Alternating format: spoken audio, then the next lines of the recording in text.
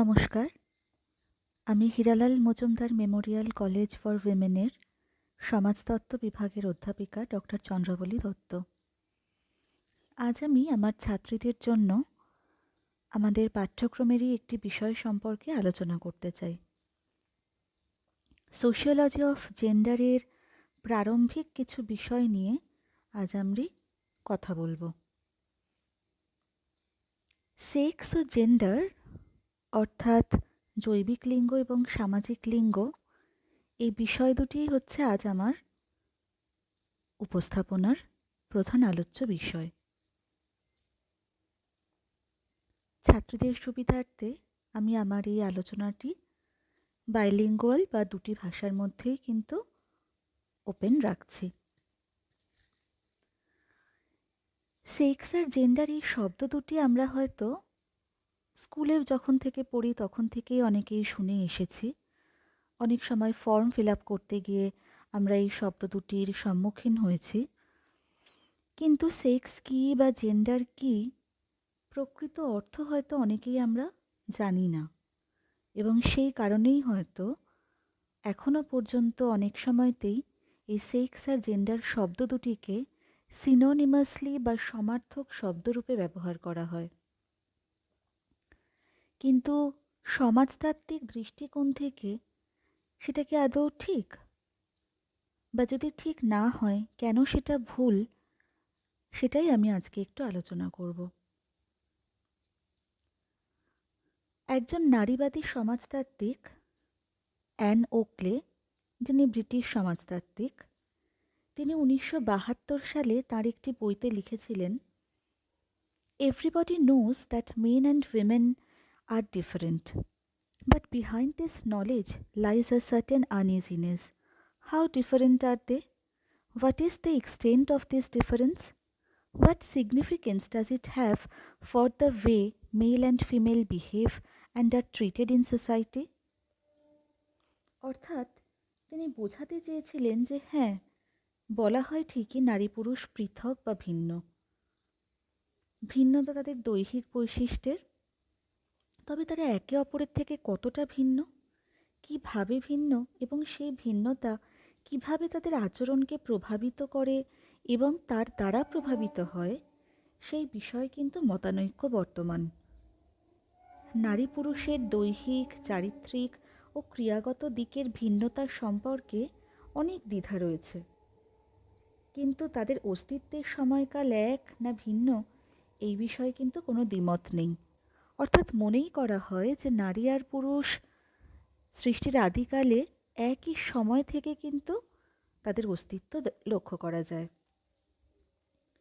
এখন নারী পুরুষের যে পার্থক্য আমরা দেখে থাকি, সেটা আপাত দৃষ্টিতে দেখতে গেলে বা অ্যাপারেন্টলি বলতে গেলে ফিজিক্যাল বা দৈহিক বা জৈবিক, কিন্তু বাস্তবে বা প্র্যাকটিক্যালি যদি আমরা একটু তলিয়ে ভাবি, একটু গভীরভাবে ভাবার চেষ্টা করি, তা কিন্তু শুধুমাত্র দেহ বা শরীরের মধ্যেই সীমাবদ্ধ নয়। তা লক্ষ্য করা যায় নারী ও পুরুষের পৃথক চারিত্রিক বৈশিষ্ট্য বা ক্যারেক্টারিস্টিক্সে, আচার আচরণে অর্থাৎ বিহেভিয়ারাল প্যাটার্নসে, জীবনযাত্রায় লাইফস্টাইল প্যাটার্নসে, এবং দৈনন্দিন কাজকর্মে বা এভরিডে অ্যাক্টিভিটিসে, এবং সমাজের আরও অনেক বিষয়ের মধ্যেই কিন্তু নারী পুরুষের এই পৃথক বৈশিষ্ট্যগুলি আমরা লক্ষ্য করে থাকি। এবং এই পার্থক্যের ভিত্তিতেই কিন্তু গড়ে ওঠে সমাজতাত্ত্বিক আলোচনার অন্যতম দুটি প্রধান প্রত্যয়, সেক্স অ্যান্ড জেন্ডার। এখন সেক্স আর জেন্ডারের আলোচনাতে জেন্ডার হয়তো একটু পরে আসবে, তার কারণ 1970-এর আগে সমাজতত্ত্বে অন্তত জেন্ডার নিয়ে কিন্তু খুব একটা গুরুত্বপূর্ণ আলোচনা হয়নি। কিন্তু সেক্স সম্পর্কে অলরেডি অনেক আলোচনা হয়েছে। আমাদের ধ্রুপদী সমাজতাত্ত্বিক যারা রয়েছেন, তাদের মধ্যে কার্ল মার্কস হোক বা এমিল ডুরখাইম অথবা ম্যাক্স ওয়েবার, তাঁদের রচনায় কিন্তু সেক্স বা জেন্ডারের আলোচনা তেমনভাবে প্রাধান্য পায়নি। মার্কস বা এঙ্গেলসের রচনায় হয়তো নারীদের কথা কিছুটা উঠে এসেছে, কিন্তু সেটা শুধুমাত্র ওই অবদমন বা শোষণ নির্যাতনের প্রসঙ্গে। নারী আর পুরুষের পার্থক্য কিন্তু সেখানে তেমনভাবে আলোচনা হয়নি। এখন প্রচলিত যে মূলধারার সমাজতত্ত্ব বা যেটাকে আমরা মেন স্ট্রিম সোশিওলজি বলি, সেটাকে একাধারে মেল স্ট্রিমও বলা হয়। অর্থাৎ সেটা যেন অনেকটাই পুরুষদের দ্বারা ডমিনেটেড। এবং এই ধরনের যে জ্ঞানের আধার তৈরি হয় বা যে ডিসকোর্স তৈরি হয়, সেটাকে কিন্তু অ্যান্ড্রোসেন্ট্রিক বা ম্যাস্কুলাইন বা পুরুষালীও বলা হয়ে থাকে। এবং ষোড়শ শতকে বা সপ্তদশ বা অষ্টদশ শতকে মূলত এই অ্যান্ড্রোসেন্ট্রিক পার্সপেক্টিভ বা পুরুষ কর্তৃক সৃষ্ট ও চর্চিত দৃষ্টিভঙ্গি কিন্তু আমরা পরিলক্ষিত করেছি। তবে বিংশ শতকের প্রথম দিক থেকে কিন্তু সমাজতাত্ত্বিকদের লেখনীতে লিঙ্গ ভূমিকা প্রাধান্য পেতে শুরু করে এবং তখন প্রচলিত ধারার সমালোচনাও করা হয়। এবং যাঁরা এই ধারণার সমালোচনা করেছিলেন তাদের মধ্যে অন্যতম উল্লেখযোগ্য হলেন মার্গারেট মিড, যিনি প্রকৃতপক্ষে একজন নৃতাত্ত্বিক বা অ্যানথ্রোপোলজিস্ট ছিলেন। তিনি নিউগিনিতে তার একটি নৃতাত্ত্বিক গবেষণায় লিঙ্গ পার্থক্য সম্পর্কিত কিছু অনুমান এবং সেই অনুমানগুলির সমালোচনা উপস্থাপন করেন। বিভিন্ন সমীক্ষা করার পর তিনি এই সিদ্ধান্তে উপনীত হয়েছিলেন, men may cook or weave or dress dolls or hunt hummingbirds, but if such activities are the appropriate occupation of men, then the whole society, men and women alike, votes them as important. When the same occupations are performed by women, they are regarded as less important.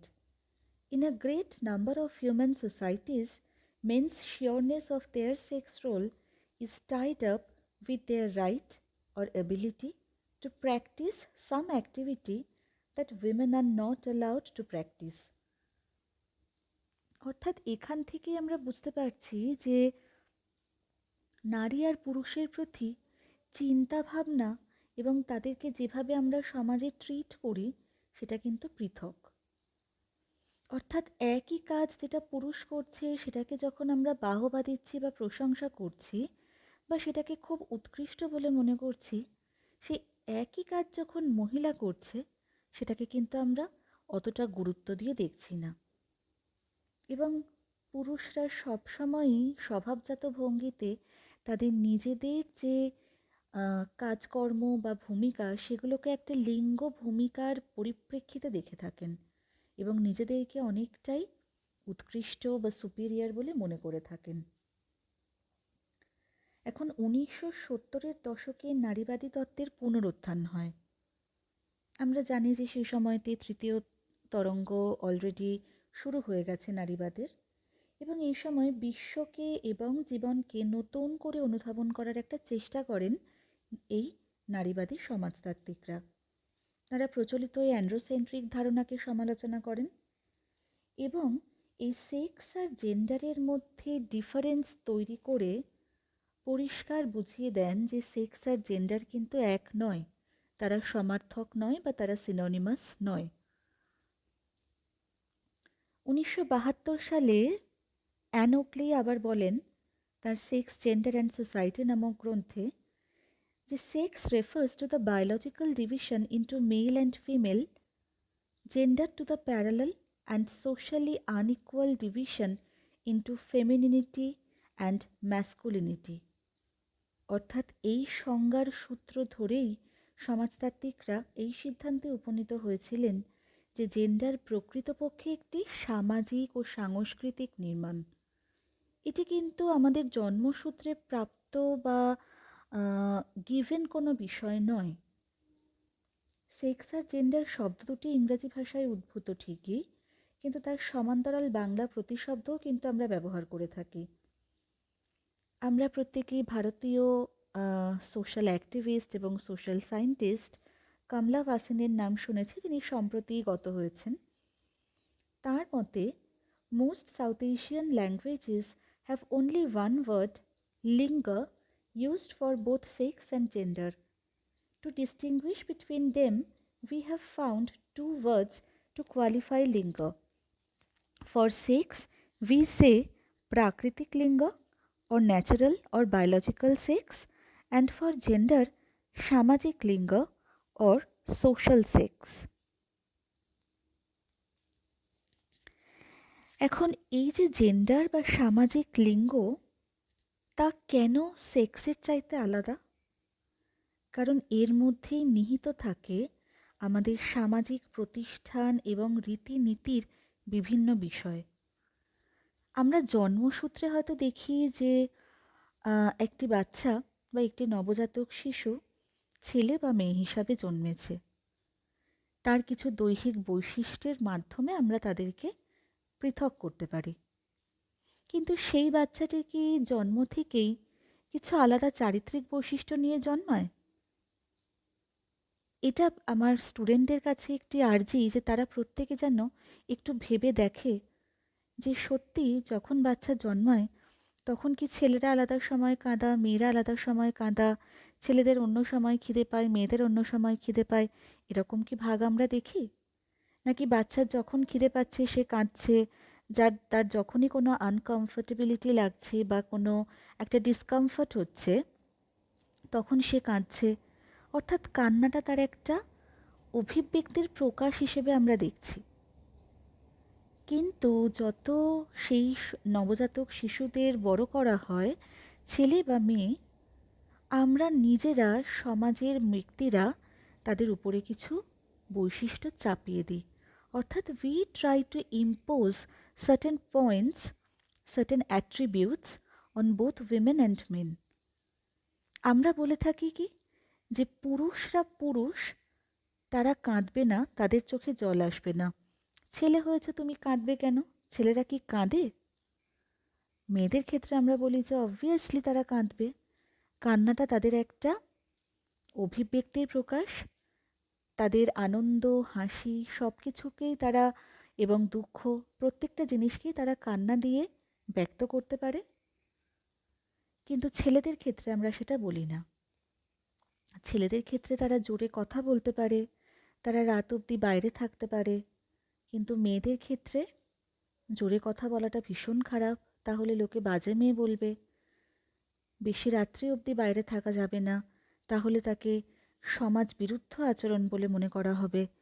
এই ধরনের ideas বা এই ধরনের বিষয় কিন্তু আমরা প্রত্যেকে নিজেদের মনের মধ্যে পোষণ করে থাকি, এবং সেখানেই কিন্তু সেক্স আর জেন্ডারের মধ্যে ডিফারেন্স তৈরি হয়ে যায়। অর্থাৎ জন্মসূত্রে যেখানে সেক্স আমাদের নিজে থেকেই আমরা জন্মসূত্রে সেটা পেয়ে থাকি, আমাদের জেন্ডার নির্মাণ করে দেয় আমাদের সমাজ।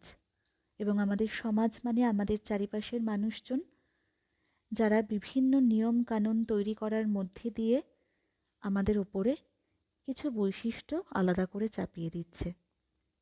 এবং সেই জন্যই ছেলে ছেলে হিসেবে কি করবে এবং মেয়ে মেয়ে হিসাবে কি করবে, এই তফাৎটা আমরা করে থাকি। এবং এটাই হচ্ছে জেন্ডার। সোশিওলজি অফ জেন্ডার এই সমস্ত বিষয় নিয়ে আলোচনা করে। হয়তো একটি আলোচনাতে এই সমস্ত কিছুকে ডেসক্রাইব করা বা এক্সপ্লেন করা সম্ভব নয়, কিন্তু পুরুষ ও নারীকে তার চারিত্রিক বৈশিষ্ট্য, আচরণের ধরন, তাদের সামাজিক ভূমিকা, দায়িত্ব পালন ইত্যাদির ভিত্তিতে আমরা যে আলাদা করে থাকি, সেটাকেই আমরা জেন্ডার বলছি। অর্থাৎ unlike sex, which is biological, the gender identities of women and men are psychologically and socially, which means historically and culturally determined. আজকের আলোচনায় সেক্স অ্যান্ড জেন্ডার সম্পর্কে আমি এটুকুই আলোচনা করলাম। পরবর্তী আলোচনায় আমি জেন্ডার স্টিরিওটাইপস নিয়েও আলোচনা করব। আশা করি এই আলোচনাটি আমার ছাত্রীদের নিশ্চয়ই কাজে লাগবে। তাদের জন্য অনেক শুভেচ্ছা। ধন্যবাদ।